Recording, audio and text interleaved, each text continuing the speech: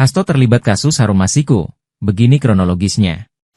Kemudian pada saat proses penyidikan terhadap perkara HM dan upaya pencarian DPO HM ini dilakukan secara sangat serius, juga dilakukan tidak mengenal waktu, bahkan banyak melakukan koordinasi dengan berbagai pihak.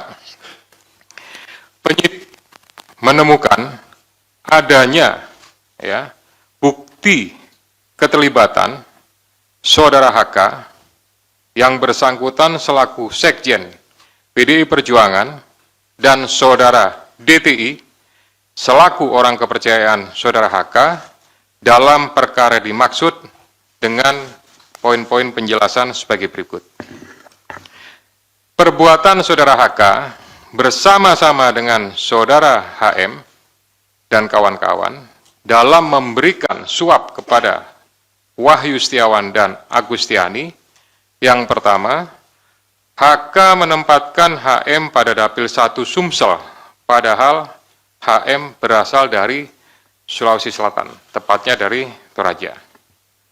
Kemudian yang kedua, bahwa dalam proses pemilihan legislatif tahun 2019, ternyata HM hanya mendapatkan suara sebanyak 5.878, sedangkan caleg atas nama Rizky Aprilia mendapatkan suara sebanyak 44.402. Kemudian seharusnya memperoleh suara dari Saudara Nasaruddin Kemas, ini almarhum pada saat itu meninggal.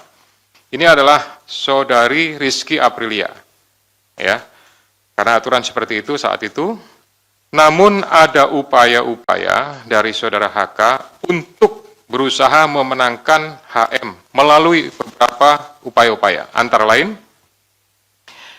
Saudara HK mengajukan judicial review kepada Mahkamah Agung, kemudian menandatangani surat yang bernomor 2576 tertanggal 5 Agustus 2019 perihal permohonan pelaksanaan putusan judicial review.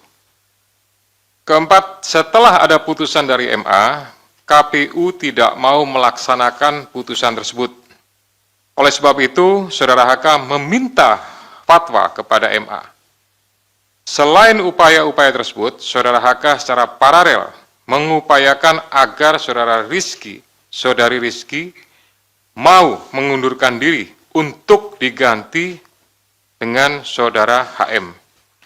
Namun upaya tersebut ditolak oleh Saudari Rizky Aprilia. Saudara HK juga pernah memerintahkan Saiful Bahri untuk menemui Rizky Aprilia di Singapura dan meminta mundur. Namun hal tersebut juga ditolak oleh Saudari Rizky Aprilia. Bahkan surat undangan pelantikan sebagai anggota DPR RI atas nama Rizky Aprilia ditahan oleh Saudari HK dan meminta Saudari Rizky untuk mundur setelah pelantikan. Oleh karenanya, upaya-upaya tersebut belum berhasil, maka Saudara HK bekerja sama dengan Saudara Harun Masiku, kemudian Saudara Saiful Bahri, dan Saudara Hati, DTI, melakukan upaya penyuapan kepada Wahyu Setiawan dan Agustinus Tio, di mana diketahui Wahyu merupakan kader dari partai yang menjadi komisioner di KPU. Bahkan pada tanggal 31 Agustus 2019, Saudara HK menemui Wahyu Setiawan untuk dan meminta memenuhi dua usulan yang diajukan oleh Saudara HK, yaitu yang pertama adalah Maria Lestari, Dapil 1 Kalbar, dan Harun Masiku, Dapil 1 Sumsel. Ini yang berhasil hanya untuk yang Kalbar saja. Kemudian dari proses pengembangan penyidikan ditemukan bukti petunjuk bahwa sebagian uang yang digunakan untuk menyuap berasal dari Saudara HK. Bahwa dalam proses perencanaan sampai dengan penyerahan uang tersebut, Saudara HK mengatur dan mengendalikan Saudara Saiful Bahri dan Saudara DTI dalam memberikan suap kepada Komisioner KPU Wahyu Setiawan. Saudara HK mengatur dan mengendalikan saudara DTI untuk menyusun kajian hukum pelaksanaan putusan MA dan surat permohonan pelaksanaan permohonan fatwa MA kepada KPU. Saudara HK mengatur dan mengendalikan saudara DTI untuk melobi anggota KPU agar dapat menetapkan HM sebagai anggota DPR RI terpilih dari Dapil 1 Sumsel. Saudara HK mengatur dan mengendalikan saudara DTI untuk aktif mengambil dan mengantarkan uang suap untuk diserahkan kepada komisioner KPU melalui TIO. Kemudian saudara HK bersama-sama dengan HM, kemudian Saiful Bahri dan DTI melakukan penyuapan terhadap Wahyu Setiawan, jumlahnya sama dengan penjelasan pada penanganan kasus sebelumnya. Atas perbuatan saudara HK tersebut, KPK selanjutnya melakukan proses ekspos dan lain-lain, dan akhirnya menerbitkan surat perintah penyidikan bernomor Sprindik /153 /Dik 0.00 01 12/2024 tanggal 23 Desember 2024 dengan uraian penyidikan perkara dugaan tindak pidana korupsi yang dilakukan oleh tersangka HK bersama-sama dengan Harun Masiku dan kawan-kawan berupa pemberian sesuatu hadiah atau janji kepada Wahyu Setiawan selaku anggota Komisi Pemilihan Umum Republik Indonesia periode 2017 sampai dengan 2022 bersama-sama dengan Agustiani Tio F terkait penetapan anggota DPR RI terpilih 2019-2024. Sebagaimana dimaksud pasal 5 ayat 1 huruf A atau pasal 5 ayat 1 huruf B atau pasal 13 Undang-Undang Nomor 31 Tahun 1999 tentang pemberantasan tindak pidana korupsi sebagaimana telah diubah dengan Undang-Undang Nomor 20 Tahun 2001 tentang perubahan atas Undang-Undang Nomor 31 Tahun 1999 tentang pemberantasan tindak pidana korupsi yunto pasal 55 ayat 1 ke 1 KUH pidana. Atas perbuatan saudara DTI tersebut, KPK mengeluarkan surat perintah penyidikan nomor Sprindik 154 Dik 00 01 12 2024 tanggal 23 Desember 2024 dengan uraian sebagai berikut.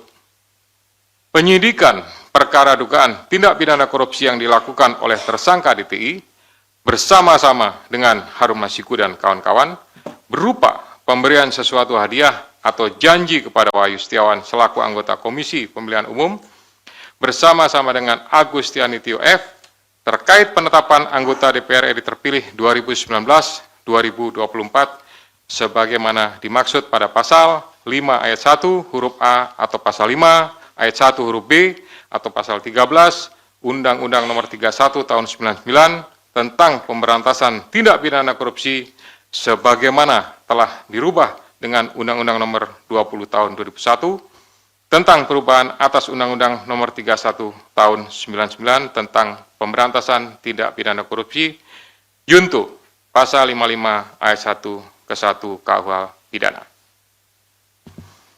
Selain perbuatan tersebut di atas, saudara HK diketahui dan diduga melakukan perbuatan tindak pidana lain sebagai berikut. Bahwa pada tanggal 8 Januari 2020 pada saat proses tangkap tangan oleh KPK, saudara HK memerintahkan salah satu pegawainya di Jalan Sultan Syahrir yang biasa digunakan sebagai kantor untuk menelpon kepada HM dan memerintahkan supaya merendam HP dalam air dan segera melarikan diri. Bahwa pada tanggal 6 Juni 2024, sebelum saudara HK diperiksa sebagai saksi oleh KPK, saudara HK memerintahkan kepada salah satu pegawainya untuk menenggelamkan HP yang dalam penguasaan pegawai tersebut agar tidak ditemukan oleh KPK. Saudara HK mengumpulkan beberapa saksi terkait dengan perkara HM dan mengarahkan, memberikan doktrin, memberikan penekanan agar saksi tidak memberikan keterangan yang sebenarnya, tidak melebar, dan tidak memberikan keterangan yang memojokkan kepada yang bersangkutan. Atas perbuatan saudara HK tersebut, KPK mengeluarkan surat perintah penyidikan nomor Sprindik 152 Dik 0001 12 2024 tanggal 23 Desember 2024 dengan uraian penyidikan perkara dugaan tindak pidana korupsi yang dilakukan oleh tersangka HK dan kawan-kawan, yaitu dengan sengaja mencegah, merintangi, atau menggagalkan secara langsung atau tidak langsung penyidikan perkara dugaan tindak pidana korupsi terkait penetapan anggota DPR RI terpilih 2019-2024 yang dilakukan oleh tersangka HM bersama-sama dengan Saiful Bahri berupa pemberian sesuatu hadiah atau janji kepada pegawai negeri atau penyelenggara negara, yaitu Wahyu Setiawan selaku anggota Komisi Pemilihan Umum Republik Indonesia periode 2017-2022 bersama-sama dengan Agustiani Tio F sebagaimana dimaksud dalam pasal 21 Undang-Undang Nomor 31 Tahun 99 tentang pemberantasan tindak pidana korupsi sebagaimana telah diubah dengan Undang-Undang Nomor 20 Tahun 2001 tentang perubahan atas Undang-Undang Nomor 31 Tahun 1999 tentang pemberantasan tindak pidana korupsi Yunto pasal 55 ayat 1 ke 1 KUH pidana. Demikian rekan-rekan media semua yang dapat kami jelaskan pada sore hari ini. Saya didampingi dengan Direktur Penyidikan, Pak Asep. Ya, selanjutnya saya kembalikan kepada Pak Jubir, Pak Tesa untuk pengaturan diskusi pada pelaksanaan konferensi pers sore ini. Terima kasih. Assalamualaikum warahmatullahi wabarakatuh. Waalaikumsalam warahmatullahi wabarakatuh. Baik, terima kasih banyak untuk Pak Ketua. Selanjutnya kita persilahkan sesi pertama terlebih dahulu, 3 penanya untuk perkara yang baru saja dipaparkan. Ya, nggak keluar dari perkara yang baru saja dipaparkan. Silakan, Mas Chandra dulu. Ya, saya Chandra dari medcom.id, Media Indonesia dan metrotvnews.com. Mau nanya, kenapa baru sekarang Hasto ditetapkan sebagai tersangka? Padahal kalau dari penjelasan Pak Setio tadi jelas banget keterlibatan dia sudah diketahui dari pas OTT. Kenapa baru setelah 5 tahun dia ditetapkan sebagai tersangka? Terus sebelumnya Pak, kalau menurut kami ini adalah intimidasi dari Ketua Umum PDIP Megawati Soekarno Putri yang bilang kalau Hasto ditahan atau ditangkap oleh KPK dia akan datang ke sini. Bagaimana KPK menanggapi itu dan apakah KPK melihat itu bagian dari intimidasi dari Ketua Umum PDIP itu tersebut? Terus yang ketiga, kalau dari penjelasan Pak Setio tadi berarti udah sangat rinci keterlibatan Hasto. Nah, seharusnya kasus ini udah lama, kapan Hasto bakal ditahan? Karena terlihat sangat rinci gitu perkara ini. Oke, belakangnya. Terima kasih, selamat sore Pak. Saya Yeyen dari forumkeadilan.com. Paling menambahkan pertanyaan dari Bang Chandra tadi, soal penetapan Hasto sebagai tersangka ini, apa ada kaitannya dengan politisasi gitu Pak? Karena jubir PDIP itu pernah mengeluarkan statement yang katanya berkaitan dengan Kongres PDIP tahun 2025. Ada pihak-pihak yang berusaha mengganggu jalannya kongres tersebut. Apakah ada sangkutan politisasinya Pak? Terima kasih. Satu lagi. Siapa? Hah? Tadi Mbak siapa? Mohon maaf. Yeye. Yeyen apa Yuyun? Yeyen dari Forum Keadilan. Ya. Oke, lanjut. Selamat sore Pak Setio, Pak Asep, Mas Tesa. Perkenalkan saya Rian Pak, CNN Indonesia. Mau bertanya soal pertama, uang suap tadi kan disampaikan sebagian itu totalnya berapa dari Pak HK itu. Yang kedua, ini kan dalam jangka waktu yang lama dan ada apa ya namanya, drama-dramatisasi lah pelarian Harun yang balik ke Indonesia, Singapura. Apakah akan menjerat juga dari pihak kementerian lah Pak? Karena waktu itu kan kader PDIP juga dalam OJ, Obstruction of Justice. Yang ketiga, dalam menindaklanjuti sprindik baru ini, apakah KPK sudah berkirim surat ke imigrasi mengenai pencegahan ke luar negeri terhadap HK dan DTI ya, dari Doni Tri Istiqomah. Dan keempat Pak, di luar kasus ini kan baru lagi Pak, saya menemukan pengumuman tersangka ini langsung gitu Pak. Pak Setia mungkin mengalami ya. Apakah ada perubahan metode lagi Pak? Terima kasih. Oke, kita tutup dulu ya. Silakan. Ya, baik. Pertama, kenapa baru sekarang? Ya.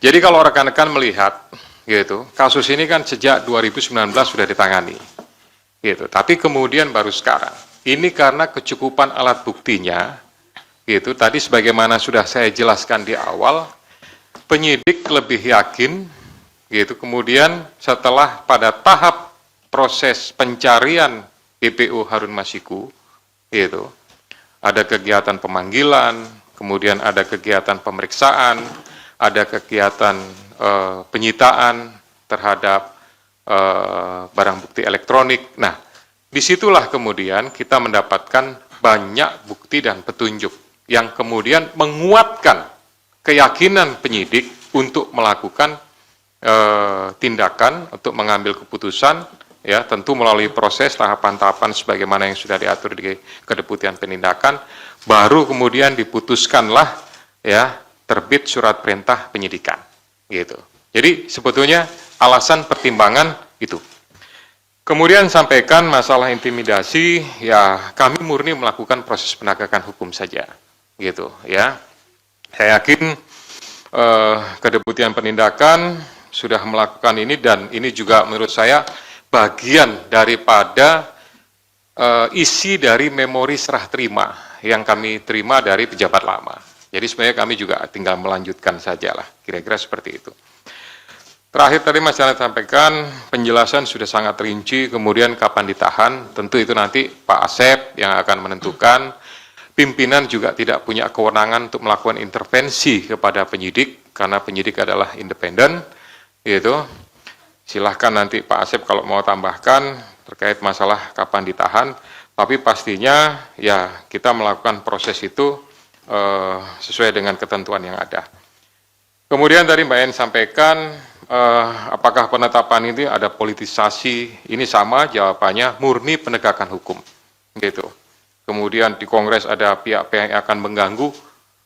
Selama ini ya kami pimpinan sama sekali tidak ada informasi, masukan dan lain-lain terkait masalah Kongres apa segala macam. Kami hanya mendengarkan proses ekspos dan jalannya ekspos. Alhamdulillah, puji syukur kepada Tuhan, dihadiri oleh semua pimpinan, lengkap, termasuk dari kedeputian yang lain, ya. Jadi posisinya, artinya kedeputian di penindakan, tapi dari direktoratnya lengkap, gitu, ya. Sehingga menurut saya keputusannya diambil secara bulat, dan itulah yang menjadi sprindik tersebut.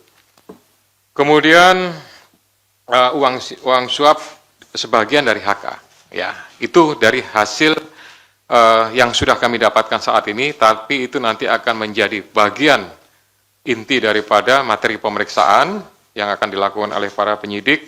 Kita akan lakukan, saya mengingatkan kepada para penyidik untuk melakukan proses penyidikan secara profesional. Kemudian Kan dijerat di kementerian karena yang akan dijerat ya itu saya kira nanti Pak Asep lah akan secara teknis.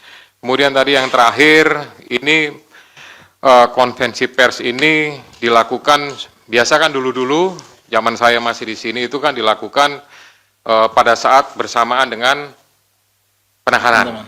Kira-kira seperti itu ya. Nah, berdasarkan kebijakan pimpinan sekarang, dalam rangka akuntabilitas dan mempertanggungjawabkan kepada seluruh masyarakat, gitu, ya segera, sesaat setelah sprindik itu dibuat, gitu, kita tidak akan menunggu sampai dengan masa diumumkannya penahanan, itu nanti akan diumumkan, disampaikan. Supaya juga para pihak yang terlibat sudah tahu statusnya seperti apa, karena ini sebagai bagian daripada pertanggungjawaban penyidik, pertanggungjawaban secara institusi kelembagaan KPK untuk bisa menyampaikan kepada masyarakat tentang kegiatan yang sudah lakukan. Kami tidak ingin ini menjadi sesuatu yang ya istilahnya ada informasi yang, mohon maaf kalau saya menyampaikan istilahnya agak liar gitu ya, ini bertanya apa segala macam. Lebih baik nanti sesaat setelah, nah sesaat setelah itu kan bisa 1 hari, 2 hari, atau mungkin 1 minggu, itu nanti tentu dari Kedeputian Penindakan yang akan menyarankan kepada juru bicara untuk pengaturan kapan dilaksanakannya. Tapi prinsipnya itu bagian daripada akuntabilitas KPK kepada masyarakat. Demikian ya. Ya, silakan mungkin Pak Asep menambahkan beberapa hal tadi dari 3 teman-teman yang bertanya.